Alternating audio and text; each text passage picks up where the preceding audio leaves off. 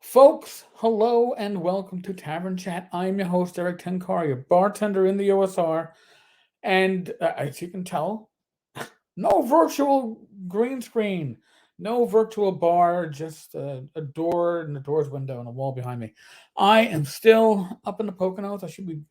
I should be back tomorrow. Couple of days. It was good to get away from the hustle, the bustle. Um, it's I love my neighborhood back in New York, but I think I kind of love this more if only we had like real internet. Um, DSL wanted to take, I don't know, like 25 minutes to upload my video yesterday, so I used my hotspot, and hotspot is spotty. So, oh God. In any case, before I delve into tonight's topic, look at this. Back to basics. I should have gotten this 2 weeks ago when I was supposed to be at ChinaCon. That did not happen.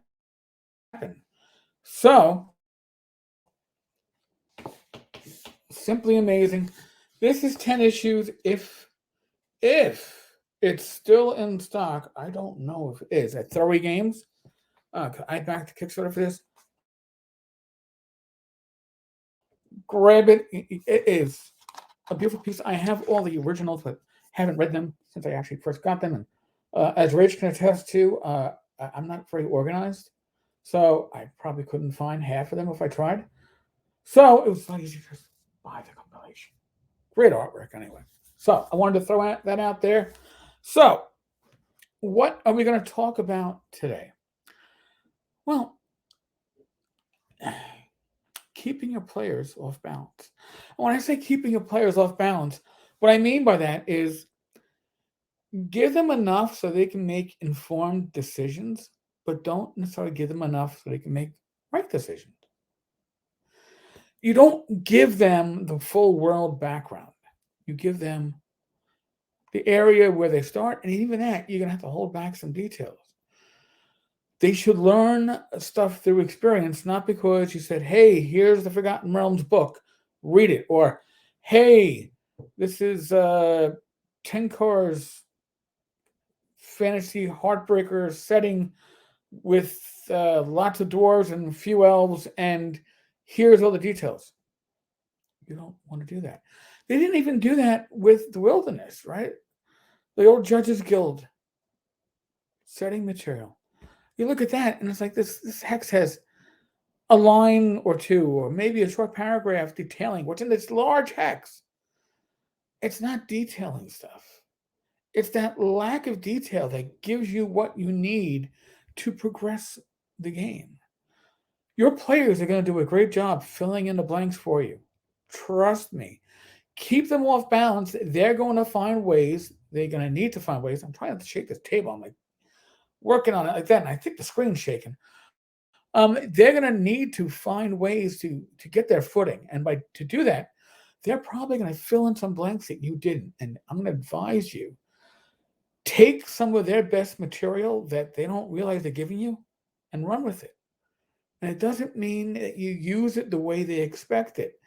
If they come to the assumption that the Green Man is an ancient druid, well, maybe the Green Man is an ancient druid, but or was an ancient druid. Now maybe he's a lich. Maybe he's no longer neutral. Maybe he's neutral evil. Throw twist in, but give enough that your players are, again, working the story to some extent with you. And I hate to call it a story, right? It's an experience. It's the world. If the world's going to be living and growing, you can't hand everything to your players. You don't give them a map and say, this is everything, and go forth and explore, because that isn't the way they're going to learn. And it's not the way they're going to be rewarded, right? So keep them off balance. Don't let them, maybe they're used to every orc tribe being uh, evil. Find one that's not evil, not good. I'm not saying you got to do a complete 180. Turn things at a right angle. do it 90 degrees. Okay, so now things are lawful neutral, right? Maybe they still do some acts that could be considered evil, but they're more ordered. They're less evil. They're somebody you can negotiate with. There's somebody that maybe the neighboring town can actually make some kind of a deal with, a contract with. But this makes it more real. It makes it more living.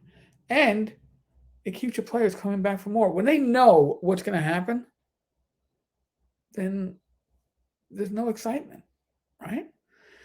Uh, my own players in past groups have, I think, two different groups captured. I think one captured a kobold, one group captured a goblin.